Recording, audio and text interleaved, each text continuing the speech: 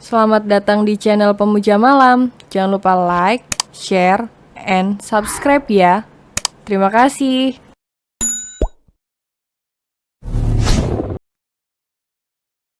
Episode 20 Tak Ingin Disebut Pelakor. Rasa sakit dan kepedihannya benar-benar telah membuat hatinya hancur. Jadi kau sudah sembuh, kenapa tidak mengatakannya kepadaku? Renita terperangah tak percaya suaminya telah sembuh. Untuk apa, kau juga tidak pedulikan? Sat, aku minta maaf. Aku mohon jangan ceraikan aku. Kita bisa perbaiki semua ini, kita mulai lagi dari awal. Aku tahu kau masih mencintaiku kan? Renita memelas dan mencoba memprovokasi perasaan Satria. Terlambat, cinta untukmu sudah kukubur dan aku sudah mencintai orang lain. Ucap Satria. Tidak, kau pasti tidak mencintai wanita itu, Pela. Jala. Itu hanya pelampiasanmu. Renita tak terima dan menghina Amanda. Jaga ucapanmu, dia wanita baik-baik. Dia tahu bagaimana caranya melayani dan menghargaiku, bukan seperti kau. Satria membanggakan Amanda di hadapan Renita. Wanita itu pasti hanya ingin mengejar hartamu, lihat saja nanti. Renita murka dan menuduh Amanda seenaknya. Terserah kau mau bilang apa, yang pasti kita akan segera berpisah. Aku sudah mengurus perceraian kita, dan setelah itu aku akan menikahinya. Tidak, sampai kapanpun aku tak akan mau berpisah darimu. Renita menolak keputusan Satria. Sudahlah, Renita, sekarang turun dari mobilku dan pulanglah. Aku masih berbaik hati membiarkanmu tinggal di rumahku sampai perceraian kita diputuskan. Satria berbicara tanpa memandang Renita. Kau akan menyesal melakukan ini kepadaku. Renita menggeram lalu segera turun dari mobil Satria dan membanting kuat pintu mobilnya. Satria segera melajukan mobilnya menuju apartemen Amanda untuk meminta rekaman CCTV-nya. Agar bisa melihat siapa peneror yang meletakkan kotak berisi bangkai ayam. Agar bisa menjadikannya barang bukti di kantor polisi nanti. Saat di perjalanan, Satria menghubungi sekretarisnya lalu meminta agar sekretarisnya itu melarang karyawannya untuk membahas dan membocorkan cerita tentang Satria dan Renita kemana-mana. Walaupun hari ini Satria sangat kesal dan marah kepada Renita, tapi dia masih bersyukur hari ini Amanda tidak datang ke kantor.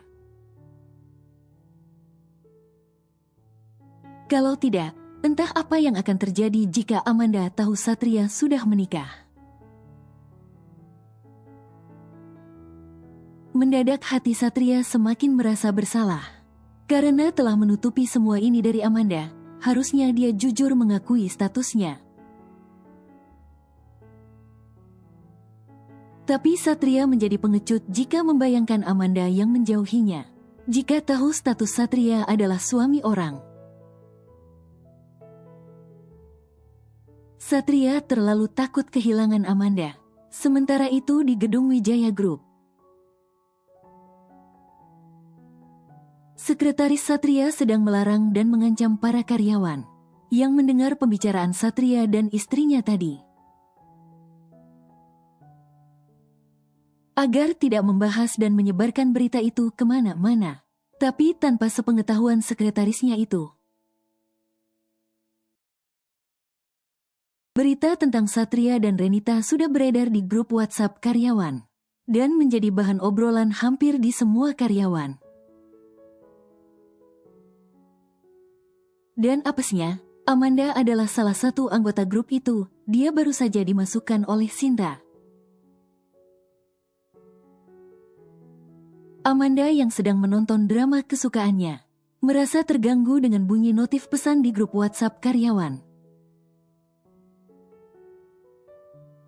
Dia meraih ponselnya dan segera membaca isi obrolan di grup itu. Berhubung masih di jam kerja, hanya beberapa yang ikut mengobrol. Lucy, guys, ada gosip hot ini. Nana, apa? Sinta, apaan sih? Rika, gosip Pak Satria itu ya? Lucy, kau sudah tahu? Rika, sudah, dari anak OB. Sinta, gosip apaan sih? Kepo ini? Nana, iya, bagi dong. Lucy, tadi istri Pak Satria datang ke kantor. Dia marah-marah nyariin Pak Satria. Terus katanya Pak Satria tak pulang gara-gara selingkuh. Sinta, OMG, hot gossip. Nana, ya ampun, GGS juga ternyata Pak Satria. Lucy, apaan tuh GGM lebih besar dari? Nana, ganteng-ganteng selingkuh. Rudy, kerja, jangan menggosip. Mata Amanda membulat sempurna. Dia tak melanjutkan membaca isi obrolan itu. Bagai disambar petir rasanya. Hati Amanda seperti terlempar keluar dan jantungnya berdebar tak karuan. Seluruh tubuh Amanda lemas dan gemetar. Bahkan air mata gadis itu meluncur turun tanpa diaba-aba. Jadi Satria sudah menikah? Aku masih tak percaya dengan apa yang kubaca di obrolan grup itu. Benarkah yang dimaksud mereka itu Satriaku? Aku segera menghubungi Sinta. Aku ingin memastikannya lagi. Halo, Manda, ada apa? Sinta, Sin, jadi benar Pak Satria itu sudah menikah. Sudah berapa lama? Aku bertanya dengan suara yang bergetar. Aku masih berharap ini tidak benar. Iya, sejak aku masuk kerja di sini 2 tahun yang lalu. Aku sudah mendengar Pak Satria itu sudah menikah. Kau belum tahu ya? Sinta, oh, belum. Ya sudah, Sin, terima kasih ya. Aku segera mengakhiri obrolanku dengan Sinta tanpa menunggu dia membalas ucapanku. Seketika tangisku pecah, hatiku sakit sekali rasanya. Kenapa dia tidak jujur kepadaku? Apa ini jawaban dari rasa curigaku? Pantas malam itu dia bertanya begitu. Apa setelah ini dia akan meninggalkanku dan kembali kepada keluarganya? Bodohnya kau Manda, bodoh. Kenapa mudah sekali kau terbuai olehnya dan merelakan kesucianmu? Aku mengutuki kebodohan diriku sendiri, sambil memukuli kepalaku. Aku mengira Satria lelaki yang baik, ternyata aku salah. Masa depanku hancur, aku benar-benar merasa bersalah kepada ayah dan keluarga Satria. Aku tak ingin menjadi perusak rumah tangga orang lain.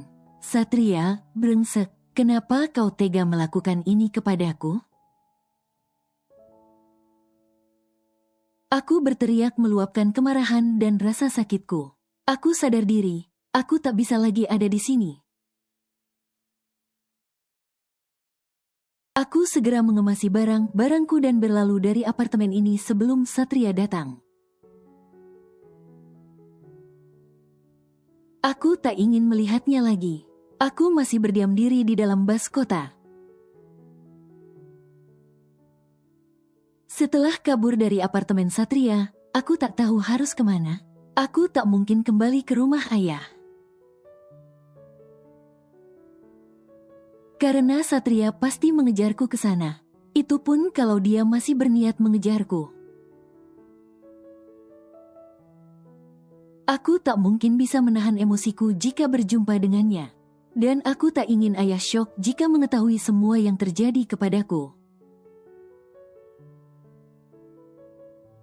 Tapi aku harus kemana? Apa ke rumah Dimas saja? Tidak, Satria pasti juga mencariku ke sana. Aku benar-benar bingung.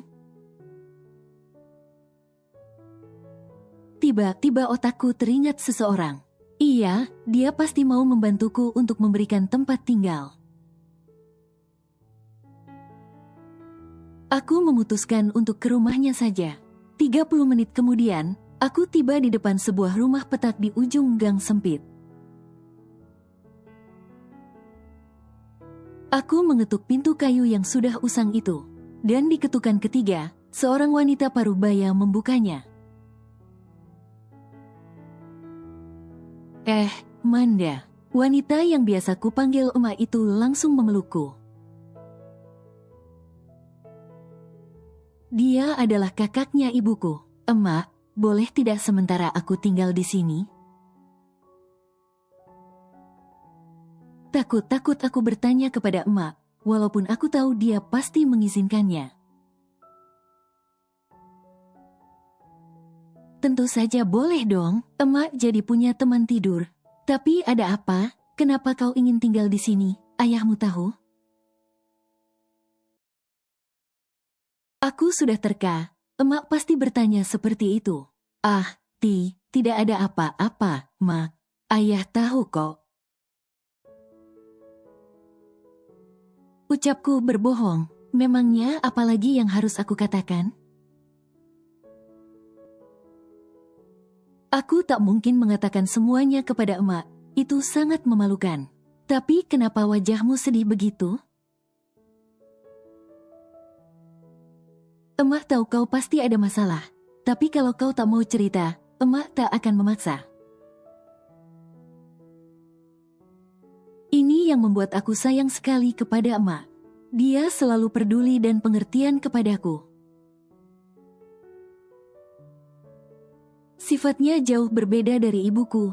Kadang aku suka berhayal. Andai saja emak yang jadi ibuku dulu, mungkin aku akan lebih bahagia.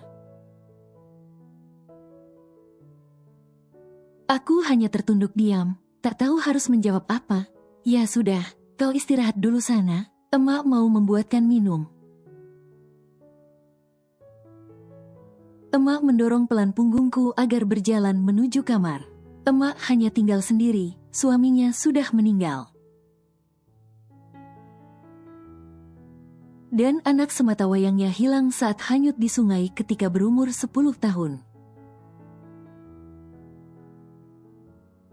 Aku merebahkan tubuhku di atas ranjang usang milik emak, rasanya aku lelah sekali. Aku memandangi langit-langit kamar dengan tatapan nanar. Seketika air mataku jatuh menetes. Sakit dan kecewa, kedua rasa itu kini terus menggerogoti hatiku. Aku ingin marah dan berteriak. Aku ingin meluapkan rasa sesak di dalam dadaku. Tapi tak bisa. Teringat kembali semua yang telah terjadi antara aku dan Satria. Perhatiannya, kasih sayangnya dan semua perlakuannya masih membekas di ingatanku. Baru saja kau mengungkapkan cintamu, tapi kini rasa sakit sudah menyerangku. Kenapa fakta ini baru terungkap di saat aku telah menyerahkan tubuhku untukmu? Apa ini tujuanmu? Makanya kau bersikap seperti itu kepadaku? Gumamku dalam hati. Tiba-tiba ponselku berdering nyaring sekali. Kurai benda itu dan melirik layarnya. Ada nama Satria di sana. Mau apa lagi lelaki ini? Ku biarkan ponselku terus berdering memekakkan telinga. Sudah 3 kali panggilan masuk dari Satria ku abaikan, lalu ada sebuah pesan darinya. Walaupun sakit hati, aku masih penasaran dan peduli dengan lelaki ini. Segera ku buka dan ku baca pesan darinya. Manda, kau di mana? Apa yang terjadi? Kenapa barang-barangmu tidak ada? Satu pesan darinya ku abaikan, dan kini masuk pesan kedua. Jangan membuatku cemas, katakan kau di mana, aku akan menjemputmu. Aku tetap tak membalas pesan dari Satria, dan dia kembali menghubungiku. Untung saja aku sudah mensilen ponselku. Kupejamkan mataku dengan kuat, air mata semakin banyak menetes hingga membasahi kasur. Aku tak ingin disebut pelakor dan menghancurkan rumah tangga orang. Manda, diminum dulu tehnya. Tiba-tiba suara emak mengagetkanku. Iya, Mak. Aku sontak menghapus jejak air mataku lalu beranjak bangun dan duduk di tepi ranjang. Terkadang menangis itu adalah cara mata berbicara di saat mulut tak sanggup lagi berkata-kata. Emak berbicara sambil meletakkan segelas teh hangat di atas meja. Kata-kata emak membuatku gugup, sepertinya dia tahu aku sedang menangis. Emak, kenapa, Manda, kau ingin berbagi sesuatu kepada emakmu ini? Mata tua emak memandangku dengan lekat, seolah memintaku untuk membagi rasa sakit ini. Emak, aku berhambur memeluk tubuh emak dengan tangis yang pecah. Aku meluapkan semua rasa sakit dan kecewaku dengan air mata. Tubuhku sampai bergetar karena menangis. Tak ada kata-kata, hanya air mata yang sanggup aku keluarkan. Menangislah, nak, tumpahkan semua yang kau tahan itu. Jangan memaksa dirimu untuk kuat, jika kau tak sanggup. Emak mengusap kepalaku dengan lembut. Aku merasakan sentuhan seorang ibu yang begitu tulus. Aku benar-benar bodoh, Mak. Aku menyesal. Aku mulai bersuara dengan lirih. Ceritalah kepada emak jika kau ingin berbagi. Aku pun menceritakan semuanya kepada emak, membagi rasa sakit dan kekecewaanku. Sejujurnya aku malu sekali, ini aib terbesar dalam hidupku. Menangislah lalu memaafkan kemudian belajar dan bangkit kembali. Biarkan rasa sakitmu mengalir bersama air matamu dan setelah itu sambut masa depanmu. Jangan biarkan dirimu terpuruk. Ucapan emak membuat air mataku semakin banyak menetes jatuh.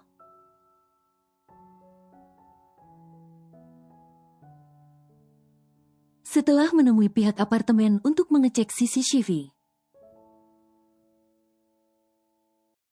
Satria pun kembali ke apartemen Amanda. Lelaki itu masuk begitu saja karena dia tahu paskot pintunya. Satria merasa sedikit aneh karena apartemen Amanda terlihat sunyi. Amanda, kau di mana? Satria memanggil Amanda sambil mencari-cari gadis itu di setiap sudut apartemen. Tapi sosok yang dia cari tidak ditemukan. Namun saat di kamar, penglihatan Satria menangkap sesuatu yang membuatnya curiga. pintu lemari yang sedikit terbuka. Lelaki itu mendekati lemari dan menarik pintunya agar terbuka lebih lebar. Dan betapa kagetnya dia saat tak melihat pakaian Amanda di sana. Mendadak perasaan Satria cemas bukan main. Dia segera menghubungi Amanda, tapi tak ada jawaban. Lalu lelaki itu pun mengirimkan beberapa pesan kepada Amanda, tapi juga tak ada balasan. Satria menjadi semakin cemas dan terus-terusan menghubungi wanita yang dia cintai itu. Tetap tak ada jawaban sama sekali. Apa yang terjadi? Kenapa dia pergi? Satria berbicara sendiri seperti orang gila. Dia benar-benar bingung dengan semua ini. Dia pasti pulang ke rumahnya. Satria segera beranjak ke rumah Amanda. Satria sudah tiba di kediaman Amanda. Tapi rumah itu terlihat sunyi sepi, tak ada tanda-tanda Amanda ada di sana. Selamat sore. Satria mengetuk pintu rumah Amanda yang tertutup. Seorang wanita parubaya yang tak lain adalah Bisumi membukakan pintu. Tuan Satria, silahkan masuk, Tuan. Bisumi mempersilakan Satria masuk.